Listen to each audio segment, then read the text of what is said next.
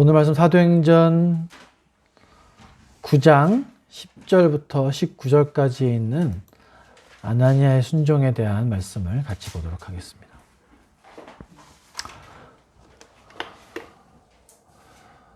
우리 지금 초대교회 성도들의 복음 증거를 위해서 한 행동들 풀어 설명한 거지만 함축해서 말씀드리면 이제 성도들의 행전, 사도행전을 보고 있습니다. 2022년도 우리 소막교회는 주님의 임재 안에 살기를 소망하면서 지금 살아가고 있죠. 왜 우리는 주님의 임재 안에 살기를 소망해야 하나요? 우리가 주님의 임재 안에 살아야만 주님의 음성을 들을 수 있게 되고 주님의 음성을 잘 듣고 순종할 수 있는 기회들이 생기게 되는 거죠. 그럴 때 주님의 음성에 순종할 때 뭘 할 수 있나요? 그 순종함으로 바로 복음 증거의 사명을 감당할 수 있게 되는 겁니다. 목적은 뭐예요? 예수님께서 마지막 제자들에게 명령하셨던 것처럼 땅끝까지 이르러 나의 증인이 되라 하신 것이 우리의 사명입니다. 그래서 우리가 임재 안에 살기 소망하는 건 바로 복음 증거의 사명을 감당하기 위함인 거예요. 복음 증거의 사명을 잘 감당하게 되면 우리 영혼에 평안과 기쁨이 있는 건 사실 너무 당연한 거죠. 지난 시간에 보신 게 사울이라는 청년에게 일어났던 주님의 간섭하심에 대한 걸 봤잖아요. 사도행전 26장 14절에 주님께서 그렇게 말씀하셨습니다. 사울아 사울아 네가 어찌하여 나를 박해하느냐.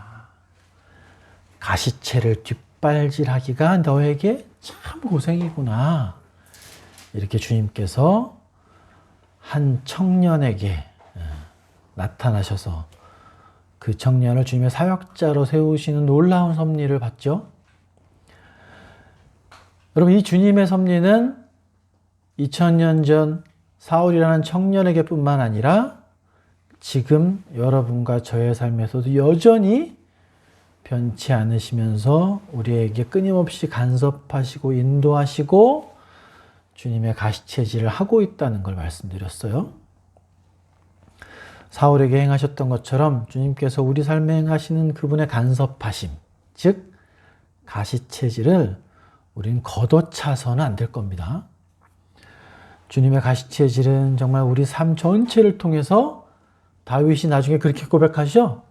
내 평생의 선하심과 인자하심이 반드시 나를 추적하듯이 따라오실 것이다. 주님께서 가시체질을 하실 때는 정말 아프기도 하고 힘들게 느껴지기도 해요. 그런 가시체질이. 그렇지만 우리가 그것을 경험하고 난 다음에 어떻게 느끼나요? 그 주님의 가시체질은 결국은 뭐였다? 예, 나를 향한 사랑이셨다. 이걸 깨닫게 될 것입니다. 오늘은 지난 시간 본문에서 바로 이어지는 이 아나니아의 이야기를 좀 같이 볼 겁니다. 아나니아의 이야기와 또 참고 구절로 요나의 이야기를 잠깐 살펴보면서 우리 삶에 이렇게 끊임없이 간섭하시고 재촉하시고 때로는 부드럽게 때로는 강하게 다가오는 이 주님의 가시체질에 우리가 어떻게 반응해야 옳으나, 어떻게 아나니아처럼 주님의 명령 앞에서 비록 그 당시에는 이해가 되지 않고 도저히 받아들일 수 없을지라도 그처럼 즉각적으로 순종할 수 있게 되는 것인가. 이걸 한번 좀 같이 나눠볼게요. 오늘 본문 좀 피셨나요? 같이 한번 읽어볼까요? 피셔도 되고 앞에 보셔도 괜찮습니다. 같이 한번 읽어보겠습니다. 제가 한 절 읽고 여러분이 한 절 읽고 마지막 절은 합독하는 걸로 하겠습니다. 사도행전 9장 10절 말씀. 그때 다메섹에 아나니아라는 제자가 있더니 주께서 환상 중에 불러 이르시되 아나니아야 하시거늘 대답하되 주여 내가 여기 있나이다 하니 주께서 이르시되 일어나 집가라는 거리로 가서 유다의 집에서 다섯 사람 사울이라는 사람을 찾으라. 그가 기도하는 중이다. 그가 아나니아라는 사람이 들어와서 자기에게 안수하여 다시 보게 하는 것을 보았느니라 하시거늘. 아나니아가 마리아가 대답하되 주여 이 사람에 대하여 내가 여러 사람에게 듣사온즉 그가 예루살렘에서 주의 성도에게 적지 않은 해를 끼쳤다 하더니 여기서도 주의 이름을 부르는 모든 사람을 결박할 권한을 대제사장들에게서 받았나이다 하거늘. 주께서 이르시되 가라. 이 사람은 내 이름을 일반인과 이름들과 이스라엘 자손들에게 전하기 위하여 택한 나를 들으시라. 그가 내 이름을 위하여 얼마나 고난을 받아야 할 것을 내가 보이리라 하시니. 아나니아가 그 집에 들어가서 그에게 안수하여 이르되 형제 사울아 주 곧 내가 오는 길에서 나타나셨던 예수께서 나를 보내어 너로 다시 보게 하시고 성령으로 충만하게 하신다 하니 즉시 사울의 눈에서 비늘 같은 것이 벗어져 다시 보게 된지라 일어나 침례를 받고 같이 있습니다. 음식을 먹음에 강건하여지니라. 자, 오늘 본문 보시게 되면 어떤 말로 시작하죠? 그때로 시작하는 오늘 본문은 이 그때는 언젠가요? 사울이 다메섹 도상에서 예수님의 현현을 목격했죠? 목격하고 나서 어떻게 돼요? 눈을 멀게 됩니다. 눈이 멀게 됩니다. 그러니까 다메섹 도상에서 예수님의 현현을 목격하고 눈이 먼 상태에서 이 청년 사울은 어떻게 다메섹으로 갔을까요? 같이 동행했던 사람들이 부축해서 들어갔을 거예요. 근데 부축해서 들어갔는데 그 부축해서 들어간 다메섹 안에서 사울이 어떻게 하고 있습니까, 지금? 3일간 식음을 전폐하고 어떻게 보면 깊은 절망 속에서 주님을 찾고 있었던 그때를 말하는 거죠. 그때라는 그 바로 앞에 보면 이 이야기를 하고 있는 거예요. 사울이 3일 동안 깊은 어둠 속에서 신음하고 있었을 그때에 이 얘기를 하고 있습니다. 오늘 보면 11절 보시면 우리 주님께서 아나니아에게 지금 사울이 어떻게 하고 있다고 얘기하세요? 그가 기도하고 있다 이렇게 얘기하시잖아요. 여러분 오늘 본문을 읽어보실 때 과연 사울이라는 이 청년이 이 3일간의 기간 동안 어떤 기도 또는 어떤 생각들을 하면서 지냈을까요? 혹시 생각해 보셨습니까? 많은 신학자들은 주석이나 이런 걸 찾아보시면 어떻게 해석을 하냐면 이 사울이 3일 동안에 자신의 인생을 천천히 돌아보면서 회개하고 눈물로 자신의 인생을 돌아보면서 주님을 찾고 있는 기도를 했을 것이다. 이렇게 거의 대부분이 그렇게 해석을 해놨어요. 근데 여러분 그 해석이 어떠세요? 동의가 되시나요? 근데 저는 잘 동의가 안 되더라고요. 그 해석에 과연 그랬을까? 이런 의문이 생기는 거예요. 물론 이 청년 사울이 자신의 인생을 돌아보고 후회하고 눈물로 회개를 하긴 했을 거예요. 근데 그게 다였을까? 좀 그런 생각이 들지 않는 거예요. 정말 이 청년 사울의 마음에 3일 동안에 얼마나 복잡하고 혼란스럽고 힘들고 아프고 스스로 자책하면서 아니 그리고 또 의심도 굉장히 많이 들지 않았을까요? 그랬을 것 같아요. 정말 사람이 살면서 느낄 수 있는 정말 모든 감정을 다 느끼고 있지 않았을까? 눈도 안 보이죠, 더군다나. 먹을 수도 없죠. 아마 자신이 살아온 20년 조금 더 넘은 그 인생 동안 자신이 그토록 열심을 내고 믿고 따라왔던 율법과 장로들의 전통이 일순간에 무너지고 있는 듯한 경험을 했을 거예요. 그죠? 더군다나 그는 지금 자신이 이해할 수 없는 놀라운 영적 체험을 했잖아요. 엄청난 빛과 함께 자신에게 나타난 며칠 전에 분명히 죽었던 그분을 봤습니다. 근데 아무리 그렇다고 할지라도 자기가 20년 동안 그렇게 철저하게 지켜오고 배워왔던 유대인의 전통과 또 수많은 경험들을 단 며칠 사이에 그렇게 완전히 부인하고 돌아설 수 있었을까요? 결코 쉽지 않았을 거예요. 윤자매님 예라고 얘기하는데 저는 그게 쉽지 않았을 거란 생각이 들더라고요. 더군다나 지난 시간에 그 말씀 드렸잖아요. 바울에게 행했던 주님의 가시체질은 무엇이었을까를 자세하게 말씀드리면서 아마 산헤드린 공회원의 조력자로 있었던 청년 사울은 예수님의 실제 사역을 적어도 꽤 많이 목격하지 않았을까? 이 말씀 드렸었잖아요. 예루살렘에서 있으면서 그 소문을 그 혈기왕성하던 청년이 듣고서 그냥 넘어갔을 것 같진 않다. 먼발치에서든 직접 그분 앞에서 말씀을 듣거나 기적을 목격하거나 이렇게 했었을 거예요. 근데 지금 3일간 식음을 전폐하면서 깜깜한 어둠 속에 있었다고 해서 자신이 살아왔던 자신의 인생 20년 이상의 삶을 완전히 부인하면서 온전하게 돌아설 수 있었을까? 저는 좀 의심이 되더라고요. 사울은 아마 정말 내가 그 빛 속에서 만난 그분이 예수님이 그렇게 말씀하셨잖아요. 에고 에이미 예수와. 이 얘기가 뭐라고 말씀드렸죠? I am이라고 말씀드렸잖아요. 내가 하나님이라는 걸 증명하는 이야기라고 말씀드렸잖아요. 그게 정말 사실일까? 그럼 내가 여태까지 배우고 깨닫고 지키며 살아왔던 건 모두 뭐지? 이런 엄청난 혼란 속에 있었을 겁니다.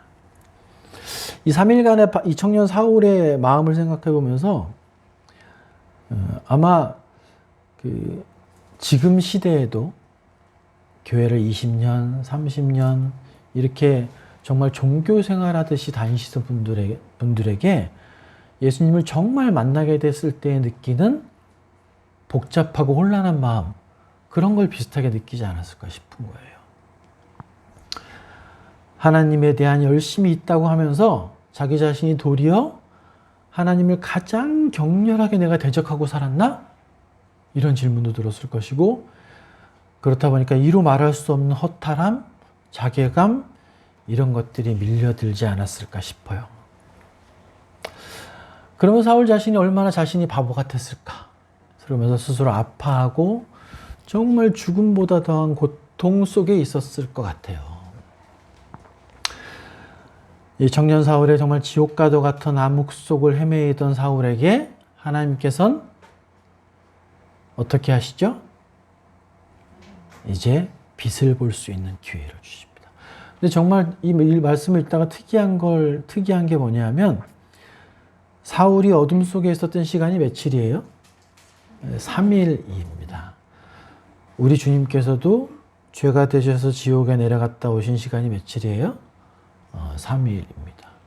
이게 정확히 뭘 의미하는지 모르겠지만 참 신기한 일이 아닐 수 없습니다. 이런 사울을 위해서 다메섹에 있던 주님의 제자라고 불리우던 이제 아나니아에게 주님께서 오셔서 부르시죠.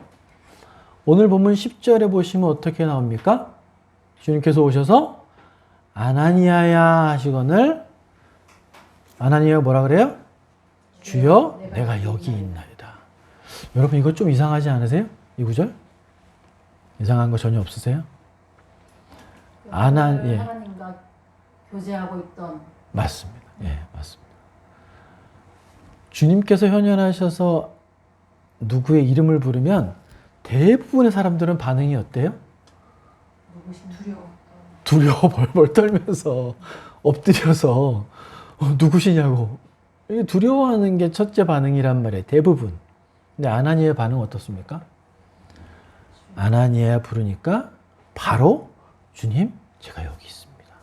이렇게 반응을 해요. 그러니까 아나니아는 이 한 구절만 보더라도 어떤 사람이라는 걸 알 수 있어요. 주님과 항상 교통하고 교제하던 그런 사이였다라는 걸 한 구절만 통해서도 알 수 있습니다. 여러분 그렇다 보니까 훗날 사도 바울은 자신이 아나니아에 대해서 어떻게 생각하고 있었는지를 알 수 있게 해주는 구절이 있어요. 그게 어디냐면 사도행전 22장 12절입니다. 앞에 제가 띄워드렸습니다. 네. 한번 같이 읽어볼까요? 시작. 율법에 따라 경건한 사람으로 거기 사는 모든 유대인들에게 칭찬을 듣는 아나니아라 하느니. 이게 누구 표현이라고요? 사도행전 22장에 보면 이제 사도 바울이 예루살렘에서 붙잡혀서 유대인 형제들 앞에 서서 자신을 변호할 때 있어요. 그때 자기 자신의 일생이 이렇게 변화되었다는 걸 설명할 때 이 말로 시작해요.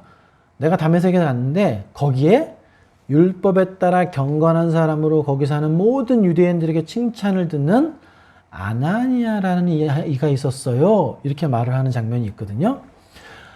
사도 바울은 아나니아를 이런 사람으로 알고 있던 거예요.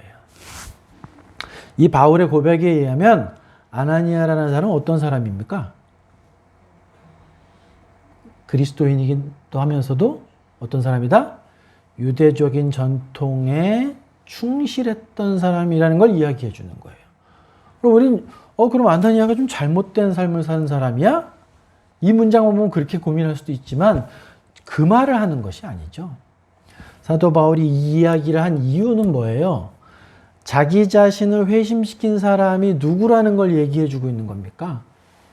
지금 사도 바울이 사도행전 22장에서 누구 앞에서 이야기하고 있다고요? 자기 자신을 죽이려고 하는 많은 유대인들 앞에서 얘기를 하고 있는 거예요. 그렇다 보니까 자기를 회심시켜 준 사람은 너희가 바라는 것처럼 유대의 율법에 아주 경건했던 사람이야. 이 이야기를 해주는 거예요, 지금. 그렇다 보니까 자기 자신을 회심시킨 사람이 누구인지에 대해 설명하다 보니까 이렇게 설명한 것입니다. 근데 그렇다고 해도 그리스도인이라고 해도 유대인들 사회에 속한 사람이다 보니까 아나니아는 뭘 또 잘 지켰어요? 율법도 굉장히 충실하게 지켰던 사람이에요. 쉬워요, 어려워요? 굉장히 어려운 일입니다. 율법까지 잘 지키면서 예수 그리스도를 신실하게 따르는 건 굉장히 어려운 일이에요. 나중에 사도 바울이 그렇게 말하지 않습니까? 약한 자에게 약하게 대할 줄 알게 되었다. 아마 아나니아도 유대인들에게 주님의 복음을 증거하기 위해서 거리끼는 것을 제거하기 위한 목적으로 율법을 충실히 지켜오던 사람이었을 거예요.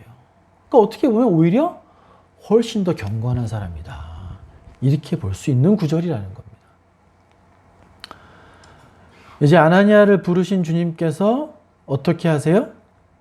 아주 구체적으로 찾아갈 곳을 알려주시죠. 집가라는 거리에 유다라는 사람의 집에 누가 있다?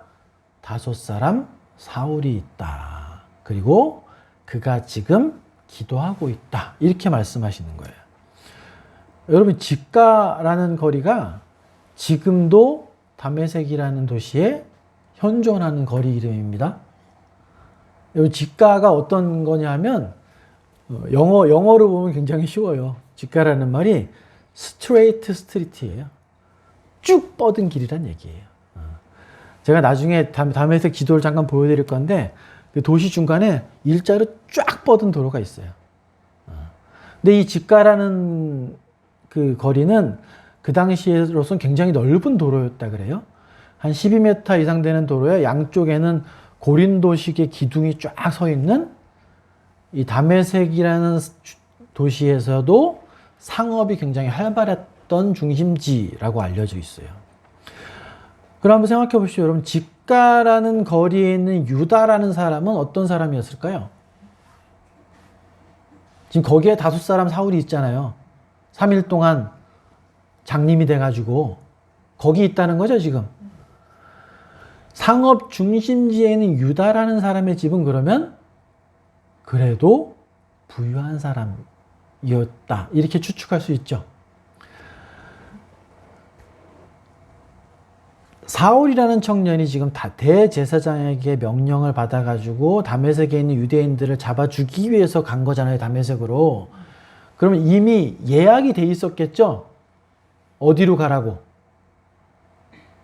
여기 집가라는 유다 사람은 크리스찬일까요? 아닐까요? 아닐 가능성이 더 커요. 유대인이지만 대제사장하고 친분이 굉장히 두터운 부유한 사람일 가능성이 훨씬 더 큰 거예요. 그러니까 사울에게 대제사장이 그걸 써주고 그 사람에게 가서 그 유다라는 사람의 집에 머물면서 다메섹에 있는 그리스도인들을 잡아서 끌고 와라. 이렇게 명령을 받은 상태일 가능성이 큰 겁니다. 그럼 여러분 한번 생각해 보십시오.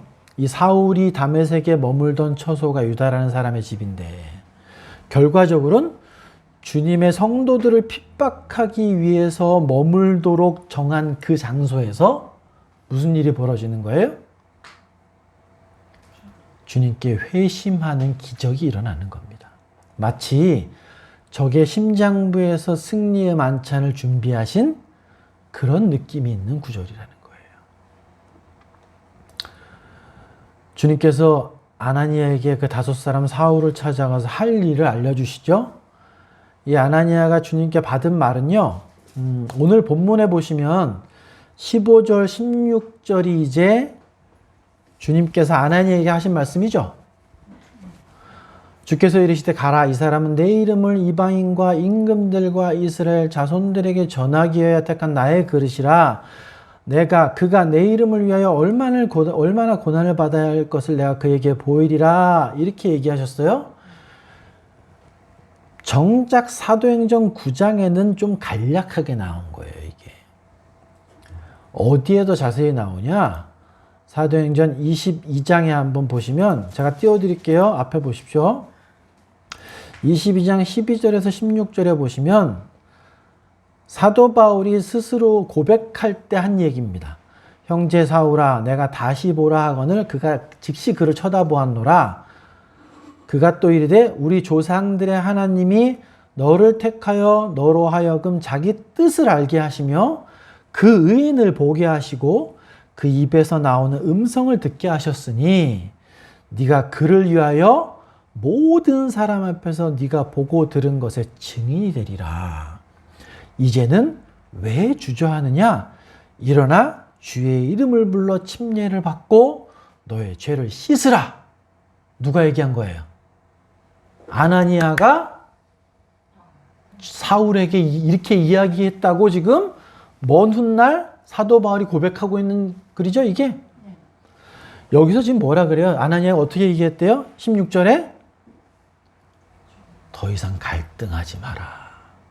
너가 본 것이 정말 진실이고 사실이야. 그분이 하나님이셔. 이 얘기를 지금 해줬다라는 거예요. 그 전까지 청년 사울은 뭘 하고 있었어요? 계속 힘들었던 거예요. 어떻게 해야 될지 몰라서. 아나니아가 들어와서 이렇게 이야기해 준 겁니다. 그러니까 아나니아에게 했던 이야기가 지금 우리가 9장 15절 16절과 사도행전 22장에서 했던 이야기를 같이 봐야 돼요. 같이 보면 훨씬 풍성하게 볼 수 있습니다.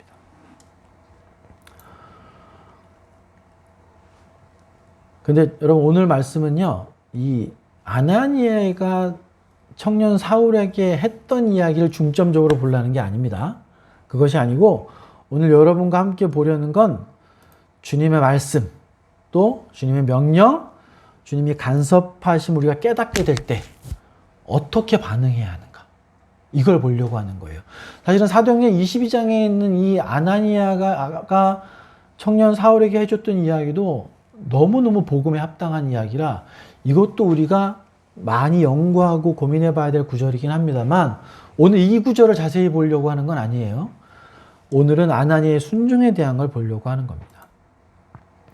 그렇다 보니까 사도행전 9장에 있는 내용이 사실 지금 이 시점에 우리 소막교회 지체들에게 사도행전에 사실 수많은 교훈들이 있어요.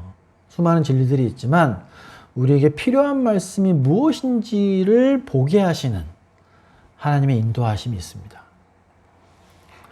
제가 이 말씀을 준비하는 과정에서 사실 원래 이번 주에는 전도자 빌립에 대한 말씀을 하려고 했어요. 그래서 그 말씀을 준비하다가 이 말씀보다 하나님이 아나니아의 순종에 대한 말씀 함께 나누게 하시더라고요. 그래서 말씀 본문을 바꾼 케이스입니다. 또 오늘 아나니아의 순종에 대한 이야기를 더 중심으로 보도록 하겠습니다. 이 사울에게 가라는 명령을 받은 아나니아는 직가라는 거리에 유다라는 사람의 집에 찾아갔죠. 그래서 신음하며 힘들어하던 사울에게 눈을 뜨게 도와주고 성경 말씀을 가르쳤습니다. 그래서 아마도 바로 이어서 청년 사울은 침략까지 받거든요. 아마 이 아나니아가 침례까지 직접 해준 것이 아닌가 이렇게 보는 게 일반적인 해석이에요. 여러분 오늘 주님의 명령을 접한 아나니아의 반응을 좀 보십시오. 앞에 보십시오. 주께서 이르시되 일어나 집 가라 하는 거리로 가면 유다의 집이 있는데 거기 사울이 기도하고 있다고 얘기하시죠. 가서 주님께서 아나니에게 어떻게 명령하셨어요? 가서 안수하고 그를 다시 보게 하라 이렇게 명령하셨죠. 12절에. 그러니까 아나니아가 뭐라 그래요? 아나니아가 어떻게 반응합니까? 주님, 제가 그 사울이라는 그 못된 놈이 다메섹에 온 건 알고 있는데 그 사람은 예루살렘에서도 그리스도인을 박해하고 죽이던 사람이래요. 근데 여기도 그런 목적으로 왔답니다. 근데 저보고 가서 그런 못된 놈을 안수하고 회복시켜 주라는 말씀이십니까? 지금 반문하죠. 다시 물어보잖아요. 그러면서 또 뭐라 그래요? 주님, 그 사람은 여기서도 지금 저 같은 이 아나니아 같은 저 같은 사람을 잡아 죽이려고 대제사장에서 아예 문서까지 받아서 온 사람입니다. 근데 그 사람에게 지금 가서 회복시키고 안수해 주란 말씀이십니까? 이렇게 반문을 한단 말이에요. 그때 예수님께서 뭐라 그러세요? 가라. 이 사람은 내가 내 이름을 위해 이방인들과 임금들과 이스라엘 자손들에게 전하기 위한 내 택한 그릇이야. 그가 내 이름을 위해서 참 많은 고생을 하게 될 거야. 이렇게 얘기를 하고 나니까. 자, 처음에 주님이 나타나셨어요. 가서 청년 사울에게 안수하고 고쳐주라. 그럴 때 아나니아는 어떻게 반응해요? 알겠습니다. 이렇게 했나요? 아니에요. 이해할 수 없는 겁니다. 아니, 어떻게 그런 사람을 고쳐주라 그러세요? 그건 좀 이상한 명령 아니십니까? 그 사람은 이런 사람이에요. 주님 잘 모르시나 본데 그놈은 얼마나 나쁜 놈인지 아세요? 그렇게 다시 여쭤봐요. 그러니까 주님께서 뭐라 그러세요? 아니야. 이 사람 내가 택한 그릇이니 걱정하지 말아라. 그렇게 하니까 그제서야 아나니아가 어떻게 해요? 바로 뒷절 17절에 보면 아나니아가 떠나 그 집에 들어갔다. 이렇게 이야기하고 있습니다. 아나니아는 의아한 마음으로 물어봤지만 주님께서 내가 그 청년을 향해서 갖고 있는 계획이 이러이러하다. 이렇게 말씀을 다시 한번 부연해서 설명해 주자 아나니아는 그때서야 순전한 마음으로 순종하는 걸 볼 수 있어요. 여러분이 생각하실 때 이 아나니아가 대단한 순종을 하는 사람이라면 어때야 되는 게 정상일 것 같으세요? 바로 갔어야 될 거 아니에요. 근데 아나니아는 어떻게 해요? 잠깐만요. 물어보잖아요. 그렇게 물어봤을 때 주님이 어떻게 하십니까? 책망하세요? 책망하지 않으세요. 이게 중요합니다. 조금씩 뒤에 지나가면서 조금 더 설명드릴게요. 굉장히 훌륭한 주석서를 쓴 윌리엄 바클레이라는 분이 있어요. 그분이 아나니아에 대해서 그렇게 얘기했다고 지난 시간 말씀드렸죠. 이 아나니아에 대해서 기독교 교회 역사에서 잊혀지거나 저평가된 영웅들 중에 한 명이다. 이렇게 평가했습니다. 아나니아에 대해서. 그러니까 이 아나니아의 순종을 통해서 역사상 가장 위대한 사도였던 사도 바울이 회심하고 침례를 받게 되는 일이 일어난 거예요. 사울이 자신과 같은 그리스도인을 잡아서 죽이기 위해 다메섹으로 오는 걸 알고 있었죠, 아나니아는. 사울에게 가라는 주님의 명령에 아나니아는 어땠을까요, 마음이? 두려웠을 거예요. 왜? 그가 왜 온지 아니까. 더군다나 대제사장의 공문까지 받아왔으니 그에게는 막강한 권한이 있다는 것도 알고 있었어요.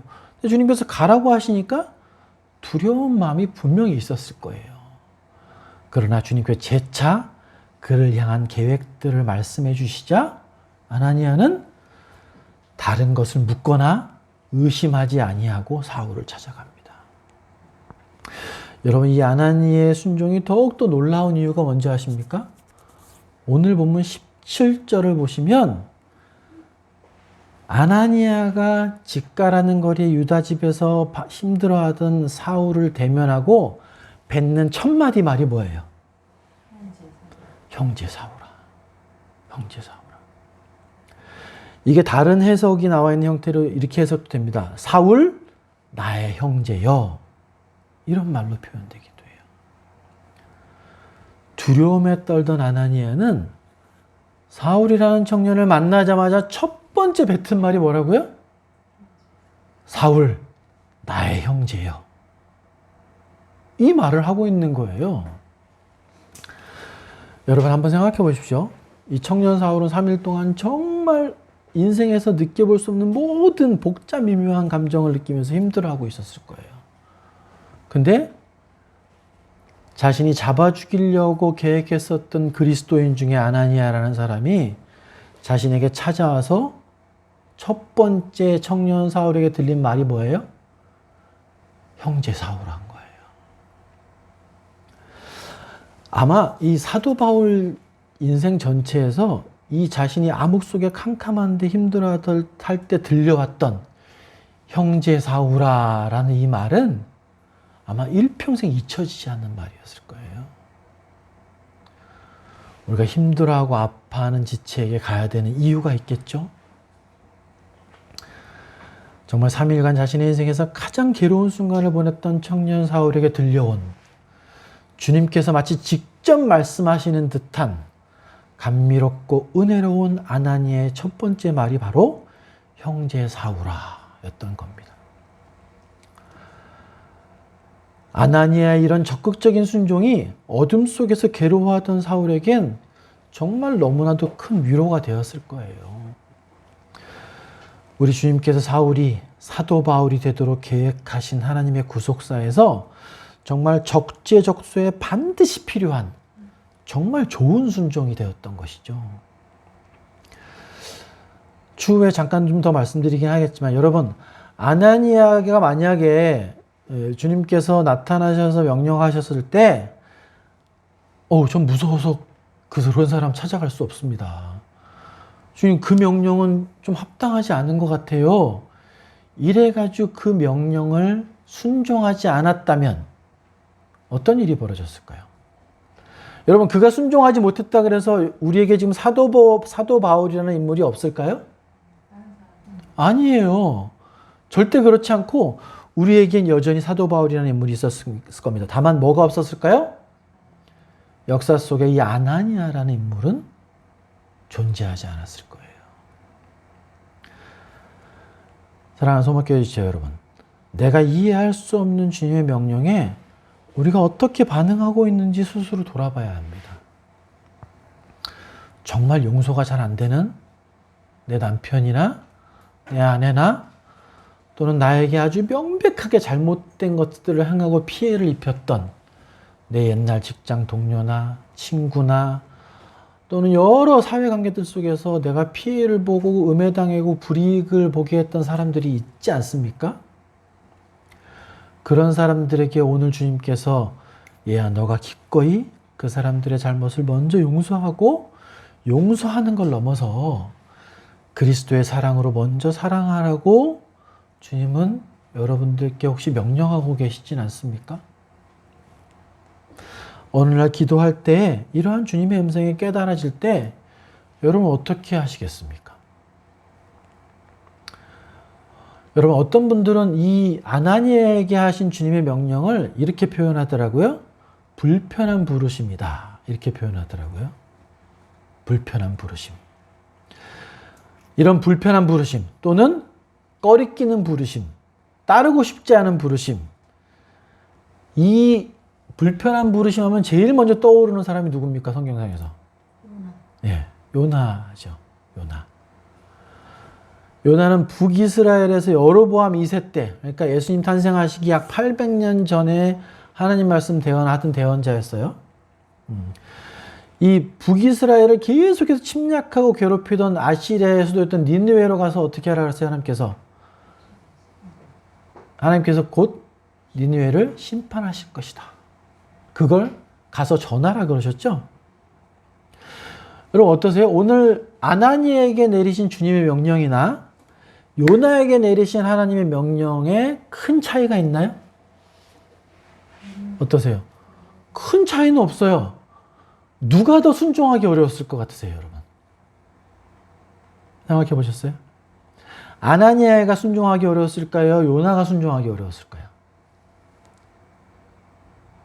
저는 개인적으로 아나니아가 더 순종하기 어렵지 않았을까?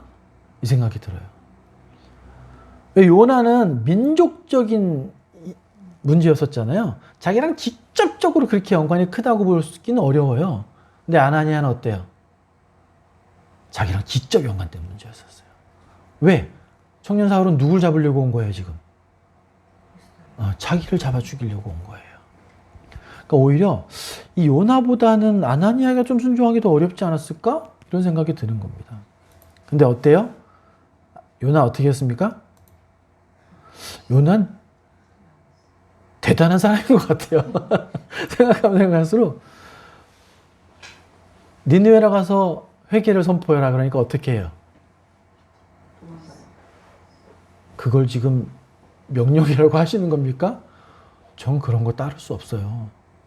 그래서 요빠라는 항구로 내려서 어떻게 해요? 아무 데나 가는 배를 구하려고 했는데 마침 그 배가 뭐 어떤 배였어요? 다시스로 가는 배였어요. 당시 이스라엘 사람들의 세계관에선 다시스가 어디예요? 보이세요? 땅끝이에요, 땅끝. 그러니까 하나님이 너무 부당한 요구를 해서 전 도저히 받아들일 수 없습니다. 내가 죽으면 죽었지? 그런 명령에 순종할 수 없어요. 이렇게 결단한 거예요. 그래서 도망간 것도 아니라 아예 그냥 이민을 가려고 생각했던 거예요. 난 더 이상 이 민족과 관계없어. 그리고 도망간 겁니다. 아예 이민을 간 거예요. 실제로 요나서 1장 12절에 보면 이제 풍랑이 막 일어가지고 그 배에 탄 어부들이 어떻게 해요? 막 기도하다가 제비뽑기를 하다 보니까 누가 딱 걸렸어요? 요나가 딱 걸렸습니다. 그랬더니 요나가 어떻게 반응해요? 나 좀 살려줘. 나 지금 도망가야 돼. 이렇게 반응해요? 나 때문이니까 날 바다에 던져라. 요나의 마음은 어땠던 거예요? 내가 죽으면 죽었지. 요나가 하나님께서 큰 고기를 예비하셨을 거 알았어요? 몰랐잖아요. 야, 나 때문이니까 날 바다에 던지라는 얘기는 요나의 마음이 어땠다는 겁니까? 나? 죽을 각오를 하고 있는 거야, 지금. 죽이려면 죽여라, 그냥. 그 요나는 어때요? 하나님이 명령하신 것에 대해서 도저히 납득할 수가 없는 거예요. 그러니까 적극적으로 저항합니다. 뭐까지 각오했어요? 죽을 각오까지 한 거예요. 근데 참 요나서는 정말 신기한 것 같아요. 제가 보면 볼수록 나중에 요나가 어떻게 합니까? 하나님께서 물고기를 예비하셔가지고 어떻게든 강제적으로 순종하게 하시죠. 그래서 물고기에서 배를 토하니까 요나서 보시면 뒷부분에 어떻게 나옵니까? 요나 3장 한번 보십시오. 니느웨라는 성은 굉장히 큰 성이에요. 그래서 며칠을 가야지 갈 수 있는 성이에요. 그 성 자체가 3일 이상 가야 한 번 갈 수 있는 길 정도로 이 니느웨라는 성이 한 인구를 80만에서 100만 정도를 보는 그 당시엔 엄청나게 큰 성이었었어요. 근데 요나가 순종은 하죠? 어떻게 순종해요? 딸랑? 하루? 어떻게 말했어요? 회개하라! 회개하라! 하나님이 이 땅을 심판하실 거야! 이렇게 말했을까요? 성의 없이.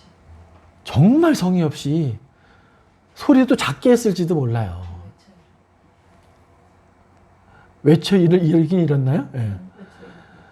꼴랑 하루 동안 40일에 이 땅이 무너지니까 너네 알아서 해. 이러고 어떻게 해요? 요나서 뒷부분에 보면 저 위에 언덕에 올라가가지고 어떻게 하나 두고 봐야지. 정말 대찬 사람이에요.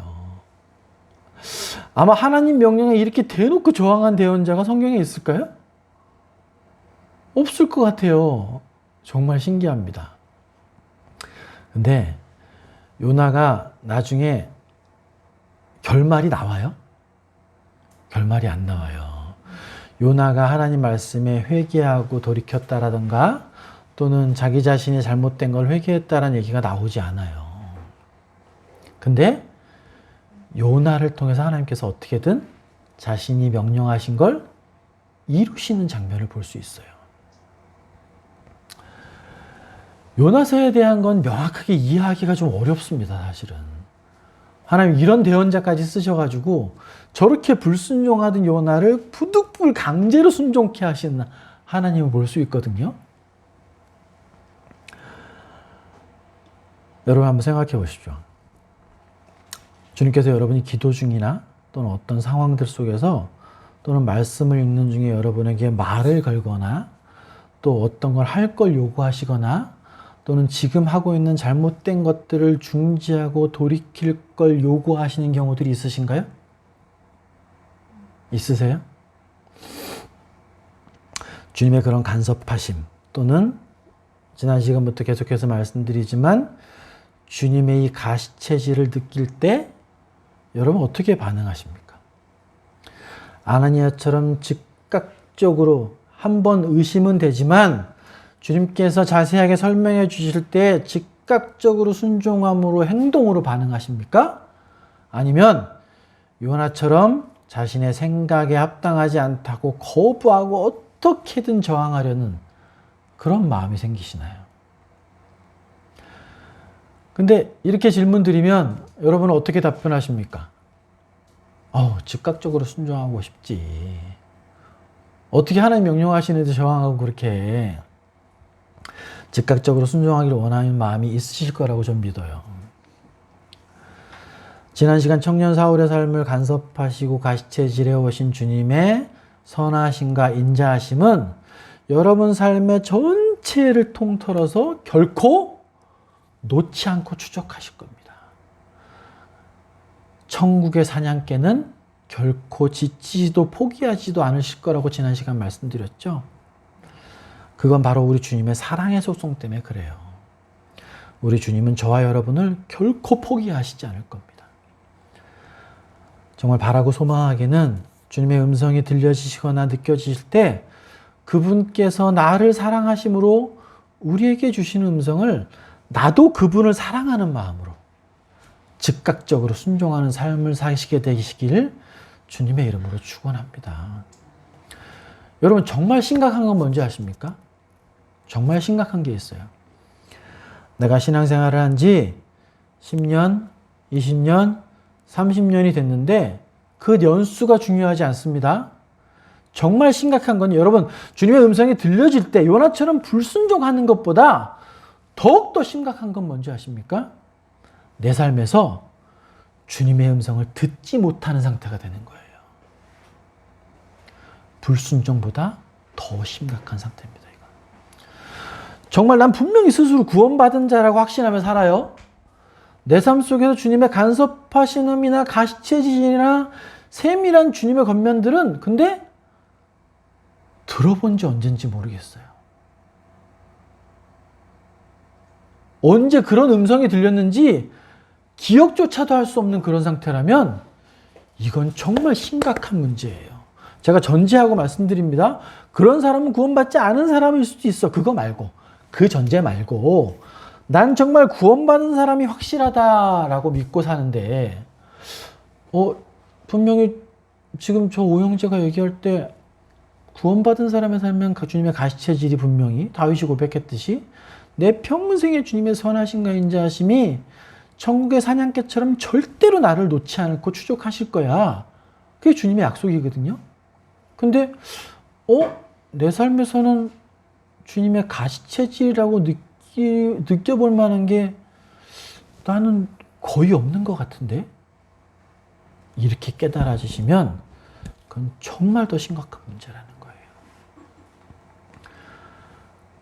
여러분이 정말 구원받으신 분이 맞다면 여전히 주님께서는 나에게 말씀하고 계세요. 내가 그대로 깨달아 알 수 없는 상태이기 때문에 못 알아듣는 겁니다. 사도 바울은 이 상태를 고린도후서에서 이렇게 말해요. 고린도서 11장 30절에 보면 사도 바울이 고린도 교회에 편지를 이렇게 하죠. 그러므로 너희 중에 어떤 자? 약한 자. 또 좀 더 심해지면 병든 자. 더 심해지면 어떻게? 잠자는 자가 어떻다고요? 적지 않다. 교회의 이야기 하시는 거예요. 구원받아 교회의 구성원이 되었음에도 주님의 음성에 순종치 아니하고 죄를 먹고 마심으로 인해서 우리의 혼이 약해지고 병이 들어서 심지어 잠이 들게 되면 주님께서 하시는 말씀을 들을 수 있습니까? 못 들어요. 주님께서 아무리 가시채로 찌르신다고 반응할 수 있습니까? 반응할 수 없습니다. 주님의 이 음성을 들어본 지가 언제인지도 모른다면 난 정말 심각한 상태라고 깨달으셔야 돼요. 깨어나야 됩니다. 잠자는 나의 영혼을 깨워주실 걸 정말 눈물로 주님께 매달려야만 된다는 거예요. 우리 교회분들 중엔 이런 잠 속에 빠져있는 분들은 없으시겠죠. 이 문제도 좀 많이 좀 자세하게 꼭 다뤄야 될 필요가 있지만 오늘 이 문제보다도 아까 말씀드린 순종에 대한 잠들지 않은 상태, 들을 귀는 있긴 있는데 그 음성이 들려올 때 어떻게 순종해야 하는가를 말씀드리는 거예요. 자, 성경에 나타난 순종의 예들을 좀 봐야 되겠죠. 지금 우리가 아나니아만 봤으니까 성경에 나타난 순종의 예들을 좀 우린 봐야 됩니다. 첫 번째로 같이 보셔야 될 사람이 노아입니다. 아브라함이 먼저예요? 노아가 먼저예요? 노아가 먼저입니다. 네. 에스겔 14장에 보면 하나님께서 3명의 의인을 얘기하세요. 누군지 아십니까? 에스겔에서만 2번 나오는데 노아, 다니엘, 욥 이렇게 3사람 얘기하세요. 아마도 이 3사람이 공통된 특징은 주님의 말씀에 바르게 순종했던 사람들이라고 볼 수 있겠죠. 노아는 창세기 6장하고 7장에 보시면 노아의 이야기가 나오죠. 제가 참고 구절로 이제 노아의 순종에 대해서 말씀드렸는데 그 부분을 읽으셨는지 모르겠어요. 노아가 순종한 건 뭡니까? 배를 만들어라. 배를 만들어라. 엄청나게 큰 배예요. 창세기 6장 22절에 노아가 그와 함께하여 하나님이 자기에게 명하신 대로 다 준행했다. 그렇게 이야기하죠. 노아가 몇 년 동안 배를 만들었습니까? 근데 흔히 120년이라고 알고 있지만 그렇진 않아요. 성경에 보면 노아가 창세기 5장 32절에 보면 노아가 500세 된 후에 새 아들을 낳았다 그러거든요. 500세 된 후에 새 아들을 낳았다 그래요. 그리고 홍수가 언제 시작해요? 노아가 600세 되던 해에 시작합니다. 그럼 배를 만드는 거에 동역한 새 아들과 함께 배를 적어도 80년 정도는 만들었다. 이렇게 볼 수 있어요. 아무리 길어봐야. 이 당시에 비가 왔습니까? 안 왔습니까? 비라는 걸 사람들이 몰랐어요. 80년 만들었다고 치시자고요? 80년 동안 배를 만드는 동안 노아는 무슨 얘기를 들었을까요? 엄청난 멸시. 저 노인네가 미쳤구나 드디어. 하루 이틀도 아니고 몇 년? 80년 동안 배를 만들었어요, 여러분. 여러분 순종 며칠 하셨어요? 순종 몇 년 해보셨습니까? 노아 몇 년 동안 순종했다고요? 그 수많은 질책과 멸시와 그 속에서도 더군다나 아들들을 설득해 가면서 80년 동안 배 만들고 있었어요. 결코 짧은 시간이 아니죠. 노아의 순종 대단한 순종이에요, 여러분. 그 다음에 누구 있을까요? 누굽니까? 아브라함이에요. 여러분, 아브라함 처음부터 순종했던 사람이에요? 아브라함이 얼마나 하나님 말씀에 불순종했던 사람인지 몰라요. 창세기 12장도 그렇고 창세기 20장도 그런데 주님께서 어디 있으라 그랬어요? 가나안 땅에 머무르라 그러셨어요. 근데 어디로 가요? 애굽으로 갑니다. 배고파서. 거기서 살아 잃을 뻔하죠. 창세기 20장에서도 마찬가지예요. 더군다나 90세가 돼서 하나님께서 너에게 아들을 주겠다라고 얘기하실 때 뭐라 그래요? 아이, 주님, 이미 저는 안 되고 제 종이나 좀 후계자로 삼게 해주세요. 사라는 어떻게 해요? 픽 웃으면서 내가 지금 아들을 낳을 몸 상태도 안 됐는데 어떻게 아들을 낳아? 믿지 못했습니다. 믿지 못했어요. 근데 하나님께서는 이렇게 불신하고 순종하지 못하던 아브라함을 통해서 어떻게 하세요? 계속해서 단련시키십니다. 계속해서 단련시키세요. 그래서 어떤 순종의 경지까지 가요? 이 당시 이삭의 나이가 적어도 15세 이상이었어요. 아브라함 몇 살? 이삭이 15세였으면 아브라함은 115세. 자신이 삶 속에서 아브라함 같은 경우는 정말 불순종하고 하나님을 신뢰하지 못했던 그 삶들을 하나님께서 용서하시고 계속 들어쓰세요. 뭐 때문에? 하나님 사랑 때문에. 하나님 섭리로 인해서 계속해서 아브라함에게 믿음의 연단과 실현의 과정들을 거쳐가면서 아브라함은 훗날 10대 중반 이상이 된 이삭을 번제물로 바치라는 하나님의 명령이 어떻게 해요? 그 다음날 바로 주저하지 않고 짐 싸가지고 갑니다. 바로 다음날 행동으로 순종하는 모습을 보여주게 돼요. 여러분, 이 순종은요, 저렇게 해석하시는 분들도 있어요. 이 아브라함이 이삭을 잡아주기로 했던 그 순종으로 인해서 하나님께서 당신의 아들을 내어줄 합당한 명분을 얻게 됐다. 이렇게까지도 해석하시는 분이 있어요. 그러니까 어떻게 보면 아브라함의 순종은 인류 역사에서 가장 극적인 순종이라고 볼 수도 있습니다. 가능할까요? 이런 순종이? 아브라함의 순종은 정말 위대한 순종이 아닐 수 없습니다. 다음에 누구 볼 수 있을까요? 여러분, 아브라함보다 더 지독하게 순종 못하는 사람이 모세예요. 요즘에 웃으시는 이유가 있는 것 같은데. 출애굽기 3장, 4장에 보면 하나님께서 모세를 부르시는 과정이 나와요. 와, 진짜 모세는 해도 너무한 사람이었어요.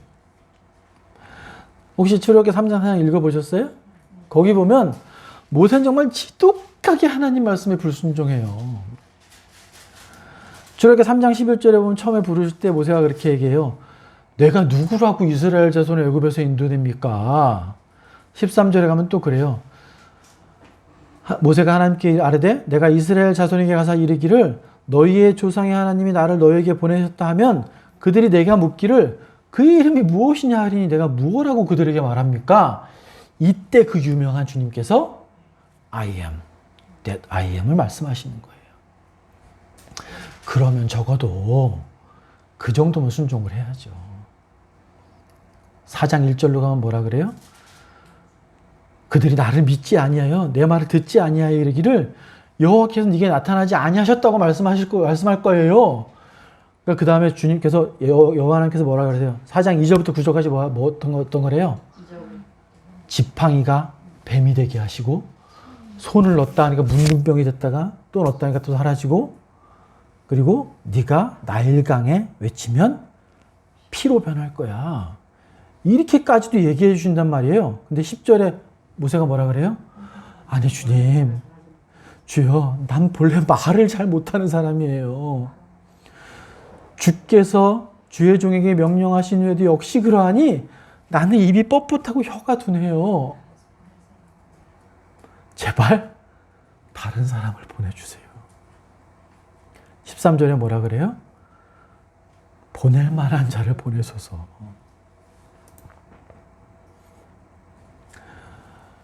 여러분, 이랬던 모세를 주님께서 모세가 이렇게 한 건 어느 정도 이해는 할 수 있어요.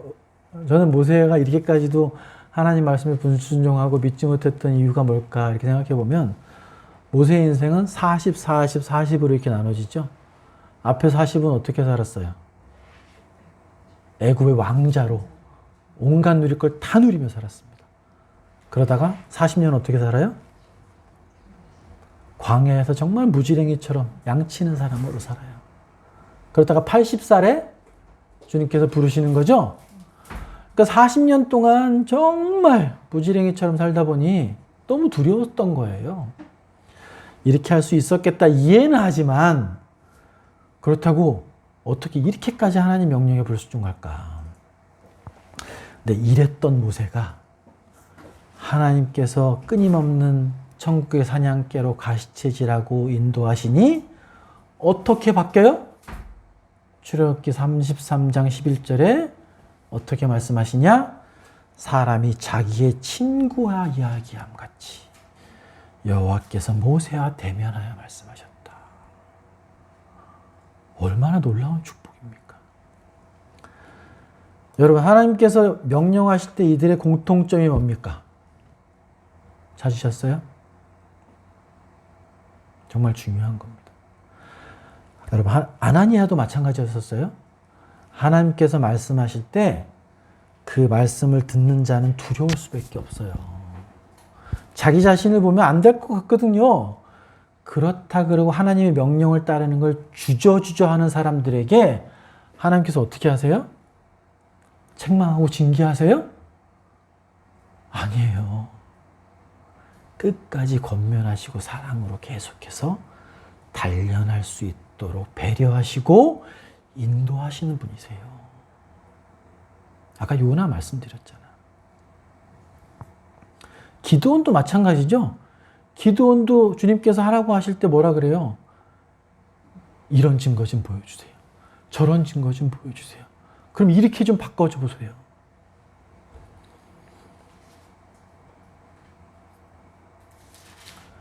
하나님께서 말씀하시는 건요, 우리의 믿음 없음을 책망하시지 않으세요. 명령하실 때.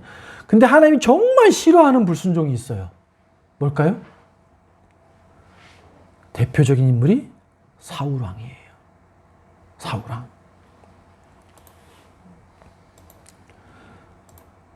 여기 보시면 사무엘상 16, 15장 제가 펴드렸죠. 하나님께서 아말렉을 쳐서 어떻게 하라 그랬어요? 그들의 모든 소유를 남기지 말고 다 진멸해라 이렇게 얘기하시죠. 근데 사울이 어떻게 해요? 어떻게 합니까? 내가 되게 좋은 게 있어서 아까워서 제 생각에 요거는 하나님 드리는 게 더 좋을 것 같아서 남겨놨어요. 여러분, 하나님이 정말 싫어하시는 불순종은 뭐예요? 자신의 믿음 없음, 연약함으로 인해서 하나님께 간구하고 부탁드리고 바꿔주시길 소망하고 도와주시길 소망하고 하나님을 의지하고 이런 것들을 하나님은 전혀 책망하지 않으세요. 내 믿음 없음을 간구할 때 하나님께서는 그걸 긍휼하심으로 도와주시려고 하시지 그걸 책망하시고 징계하시는 분이 아니세요. 근데 뭘 싫어하세요? 내 생각으로, 내 판단으로 하나님을 멸시하고 하나님의 명령을 무시하는 것, 이건 하나님이 불순종으로 인정하시는 거예요.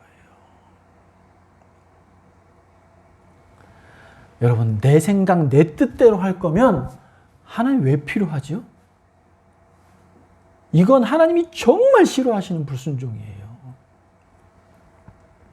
하나님의 명령보다 자신의 판단을 더 중시하는 것, 이게 완전한 불순종입니다. 주님, 이거 저한테 너무 힘들 것 같아요. 저 이거 할 능력이 없어요. 주님, 저에게 확신을 좀 심어주셨으면 좋겠어요. 주님, 제가 그거 잘 못 받아들이니까 다른 증거를 좀 보여주세요. 그럼 제가 좀 더 순종할 수 있을 것 같아요. 이렇게 간구하는 건 주님이 어떻게 하신다고요? 알았다. 이 믿음이 적은 녀석아, 내가 도와줄게. 이거 할 수 있는 믿음을 부어줄게. 비록 실패했다 할지라도 내가 다른 기회를 줄게. 지금 이렇게 말씀하시는 거예요. 근데 사울처럼 내 판단과 내 생각으로 하나님을 멸시하고 무시하고 자기 기준으로 하는 건 하나님이 완벽한 불순종으로 보시는 겁니다.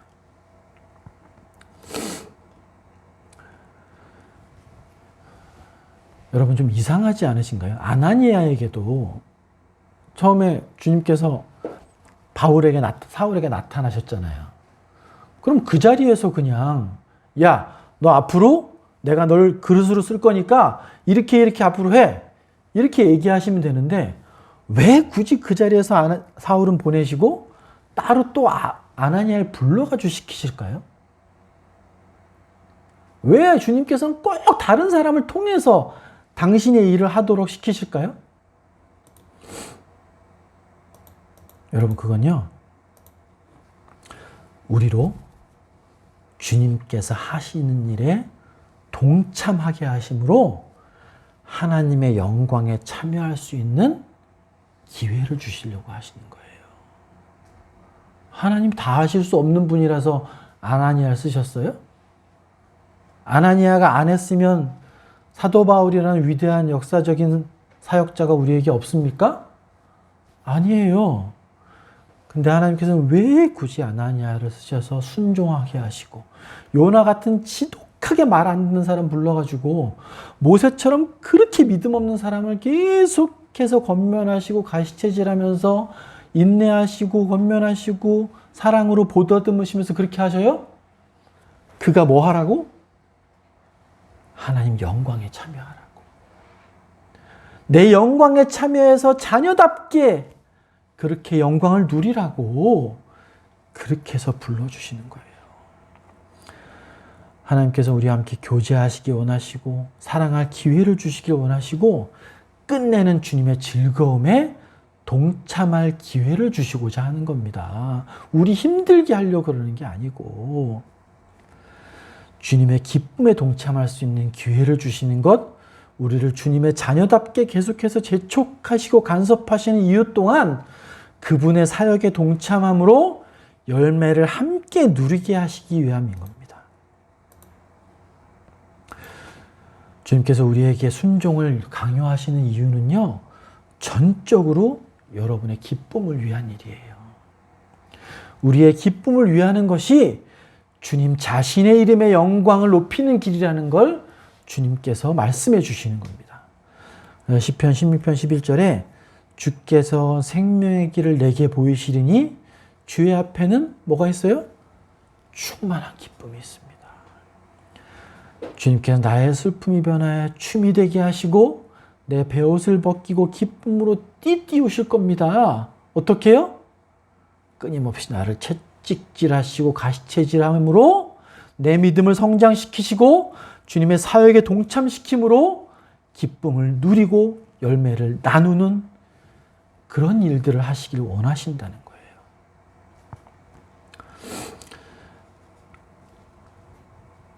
오늘 말씀을 마무리해야 될 것 같습니다. 여러분, 우리가 정말 명심해야 되는 건요, 우리가 순종하지 않는다면 다른 사람을 쓰신다는 거예요. 주님께서는 우리의 순종의 유무와 상관없이 주님의 일을 이루실 만한 권능이 있는 분이세요. 여러분, 그렇기 때문에 우리가 이 주님의 권능을 깨달으실 때 주님께서 우리에게 가시체질을 하고 권면하시고 때로는 징계하실 때 우리는 뭘 해야 돼요? 선택해야 돼요. 내가 무엇을 붙잡을 거냐? 그걸 선택해야 됩니다. 우리가 살아가는 매 순간순간 주님의 명령에 순종하면서 정말 순종이 자연스럽게 될 때까지, 순종이 훈련이 되어져서 순종의 근육이 더 단단해져야 됩니다. 여러분, 올림픽 얼마 전에 했잖아요. 올림픽에 나가는 선수 정도 되면요, 내가 뭔가 머리를 생각해가지고 요때는 요렇게 해야 되고 이렇게 하면 절대로 경기에서 못 이겨요. 그냥 상황이 닥치면 근육이 반응을 하는 거예요. 근육이 반응을 해서 경기를 이기는 방향으로 나아가는 거거든요. 뭘 통해서? 훈련을 통해서 근육이 단련됐기 때문에 그 근육이 반응을 하는 거예요. 우리의 순종도 똑같습니다. 아브라함이 어떻게 자신의 아들을 잡아 번제드리라고 하니까 그 다음날 주저하지 않고 데리고 갈 수 있었어요? 순종의 근육이 단련됐기 때문에 그런 겁니다. 우리는 선택해야 돼요, 여러분. 우리가 구원받은 후에도 주님의 구속사에 동참할 것이냐, 아니면 그저 무익한 자녀처럼 바라만 볼 것인가, 이거 우리에게 달려있는 거예요. 우리가 결정해야 돼요. 주님께서 주님께서 나를 계속 재촉하시고 간섭하시고 할 때 내가 순종 안 해요? 그러면 그 열매를 누구에게 주세요? 다른 사람에게 주시는 거예요. 나 30년 동안 순종했어. 근데 그래서 어떻게 하라고요? 실제 순종한 게 아니라면 그게 내 열매 다른 사람이 가져갈 수도 있어요.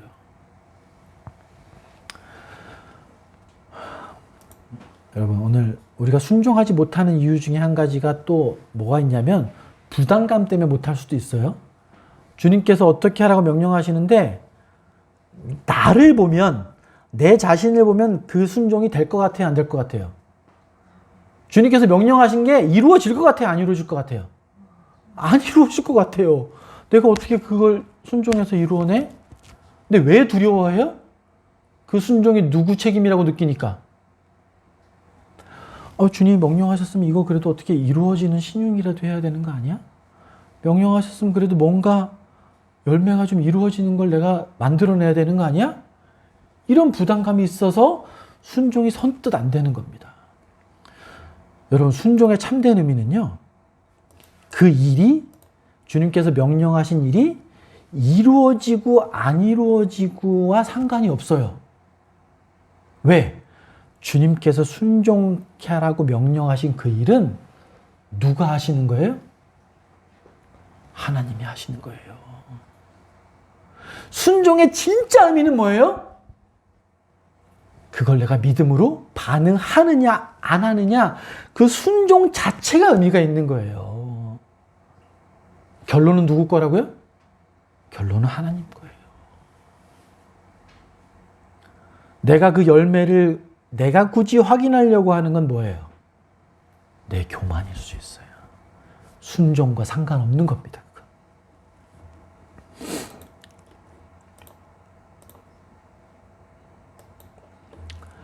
다시 말씀을 정리하겠습니다. 하나님은 여러분 분명히 말씀드렸어요. 순종치 못하는 부족한 믿음을 책망하신다, 책망 안 하신다? 책망 안 하세요. 책망 안 하십니다. 뭐를 책망하신다고요? 내 뜻대로 하는 것.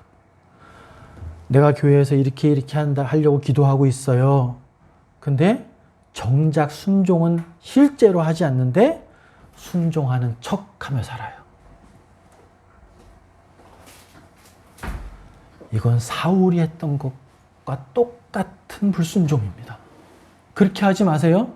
순종이 안 되면 주님 앞에 울고 불며 매달리셔야 돼요. 간구하셔야 됩니다. 주님, 제 믿음 없음을 붙들어 주십시오.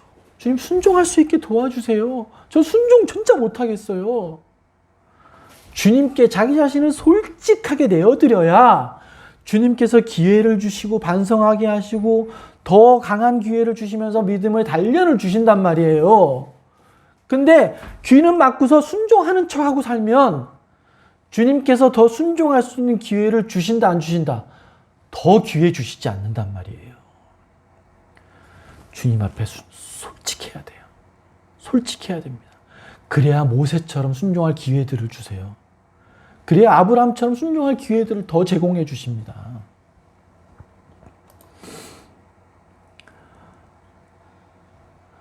여러분, 주님께서는 우리에게 무언가를 명령하실 때 우리가 우리 생각이나 능력이나 여러 가지 일들로 인해서 주님의 명령에 즉각적으로 순종하지 못하고 때로는 모세처럼 떼를 쓰고 저항하고 거부할지라도 그걸 책망하고 징계하시지 않는 사랑하신 아버지세요. 그럴수록 주님께서는 우리에게 더 권면하시고 주님의 명령을 깨닫고 순종할 수 있도록 도와주시는 분입니다. 정말 이것이 사실이라면 우리에게 정말 필요한 건 뭡니까? 우리에게 정말 필요한 건 뭐예요? 걱정되고 두렵고 순종이 안 될 때는 모세에게 하셨던 것처럼 주님, 저에게도 제발 더 알려주세요. 더 더 순종할 수 있도록 믿음을 제발 부어주십시오. 주님 기드온에게 보여주셨던 것처럼 저에게 증거들을 좀 더 보여주셨으면 좋겠어요. 주님, 제 믿음 없음을 책망하지 말고 주님 더 알려주시길 소망해요. 이렇게 간구하셔야 돼요. 예수님께서 분명히 우리에게 말씀하셨어요. 여러분 마지막 구절만 보고 마치겠습니다. 여러분 순종하지 못하는 건 자랑이 아닙니다. 명백히 깨달으셔야 돼요. 내가 계속 간구만 하고 순종하지 못하는 걸 자랑하지 마세요. 연약함은 자랑이 될 수 없습니다. 그러나 순종하는 척 날 속이고 교회 지체들을 속이고 주님을 속이려고 한다면 주님의 긍휼을 입을 기회조차 없게 된다는 거예요. 이 사울왕의 순종을 가장한 불순종을 우리는 가장 경계해야 합니다. 그럼 우리에게 필요한 게 뭐라고요? 주님께서 우리에게 가장 확실한 방법들을 누가복음에서 알려주셨어요. 여러분 우리 이 구절 같이 한번 읽겠습니다. 한 목소리 또박또박 읽어볼게요. 시작. 또 이르시되 너희 중에 누가 벗이 있는데 밤중에 그에게 가서 말하기를 벗이여 떡 세 덩이를 내게 구워달라. 내 벗이 여행 중에 내게 왔으나 내가 먹일 것이 없노라 하면 그가 안에서 대답하여 이르되 나를 괴롭게 하지 말라. 문이 이미 닫혔고 아이들이 나와 함께 침실에 누웠으니 일어나 내게 줄 수 없노라 하겠느냐. 내가 너희에게 말하노니 비록 벗됨으로 인하여서는 일어나서 주지 아니할지라도 그 간청함을 인하여 일어나 그 요구대로 주리라. 내가 또 너희에게 이르노니 구하라 그러면 너희에게 주실 것이요 찾으라 그러면 찾아낼 것이요 문을 두드리라 그러면 너희에게 열릴 것이니 구하는 이마다 받을 것이요 찾는 이는 찾아낼 것이요 두드리는 이에게는 열릴 것이니라.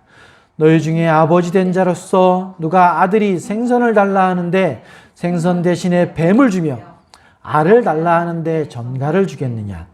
너희가 악할지라도 좋은 것을 자식에게 줄 줄 알거든 하물며 너희 하늘 아버지께서 구하는 자에게 성령을 주시지 않겠느냐 하시니라. 아멘. 여러분, 주님께 나는 정말 즉각적으로 행동함으로 순종하길 원합니다. 이것이 여러분의 바람이시죠? 여러분, 그 놀라운 믿음을 보였던 모세나 아브라함도 주님 앞에 제대로 순종하지 못하던 때들이 있었어요. 여러분이 정말 주님의 자녀이신 것이 확실하다면 주님께 마땅히 구하고 찾으시고 간구하십시오. 여러분 혹시라도 내가 주님의 가시체질과 권면하시는 음성을 들어본 게 언젠지도 모르겠다. 이러면 그것이 가장 문제입니다. 이렇다면 주님 앞에 정말 눈물로 회개하고 주님을 붙드셔야 됩니다. 주님 나에게 다시 말씀해 주십시오. 제가 들을 수 있는 귀가 열릴 수 있도록 도와주십시오. 잠자고 있는 영혼이 깨어질 수 있도록 붙들어 주십시오. 이렇게 간구하셔야 되고요. 내가 주님 말씀하실 때 너무 순종하지 못하고 제 육신을 따라서 매번 엎어지고 주님 앞에 순종하지 못하는 상한 심령이 자꾸 된다면 여러분 다른 방법이 있어요? 여러분 오후 시간에 나는 이런 순종의 노하우가 있어요. 이렇게 좀 알려주시면 좋겠는데 근데 아마 그렇게 얘기하시는 분 말씀드리면 누가복음 11장에 있는 이 말씀 그 이야기를 하시는 걸 거예요. 여러분 주님 우리에게 순종할 수 있는 기회들을 계속해서 제공하십니다. 여러분이 일평생 구하시면 일평생 주실 분이세요. 말씀하시잖아요. 아들이 빵 달라는데 전갈 주는 부모가 어디 있습니까? 두려워하지 마십시오. 여러분, 여러분이 정말 주님의 음성을 여전히 듣고 계시고 내가 그 주님의 음성에 순종하기 위해서 부단히 노력하는데 잘 안 된다면 너무 노심초사하고 불안해하지 마세요. 그렇다고 아까 말씀드렸어요. 순종하지 못하는 건 자랑이 아니라고 말씀드렸죠? 순종치 못하는 건 자랑이 아니에요. 순종하는 게 자랑입니다. 그걸 주님이 기뻐하시는 거예요. 근데 그렇지 못하다 할지라도 너무 자책해서 깊숙이 침체되지 마시라는 거예요. 주님께서 어떻게 해주신다? 우리에게 계속해서 권면하시고 깨닫게 하시고 결과적으로는 어떻게 된다? 아브라함의 순종처럼 모세의 순종처럼 우리를 그렇게 이루어 가실 줄 믿습니다. 내가 주님 앞에 계속 순종하고 음성을 듣길 위해 소망할 때 주님께서 그렇게 이루어 가실 줄 믿습니다. 우리 잠깐 기도하실게요. 오늘 말씀 주님 앞에 우리가 순종하지 못할 때 우리 마음 굉장히 조급해집니다. 우리 마음 되게 힘들어져요. 그러나 그건 당연한 것이겠죠.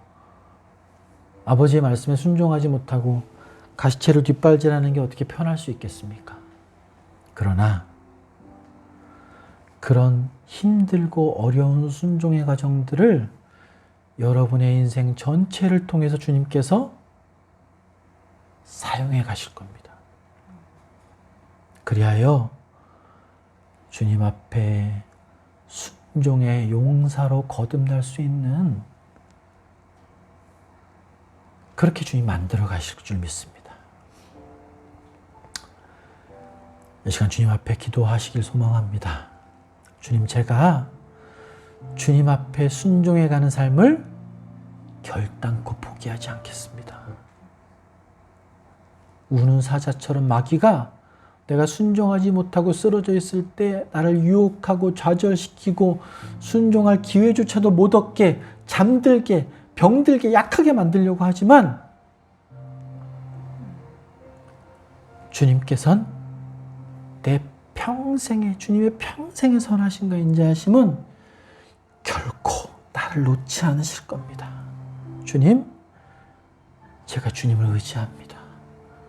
주님 순종할 수 있게 기도하면 순종하게 해주시겠다고 약속해 주셨잖아요. 도와주십시오, 주님. 저 놓지 않겠습니다, 주님. 일평생 놓지 않을 테니 주님의 음성을 저에게 계속해서 들려주시고 들려주실 때 힘들고 어렵지만 제 자신을 꺾어가며 실패할지라도 경험을 쌓아가며 순종하겠습니다. 주님, 기회들을 붙들어 주십시오. 이렇게 기도해야 될 줄 믿습니다. 이 시간 잠깐 주님 앞에 그렇게 회개하고 고백하며 긍휼히 여겨주실 것을 간구하며 그렇게 잠깐 기도하겠습니다.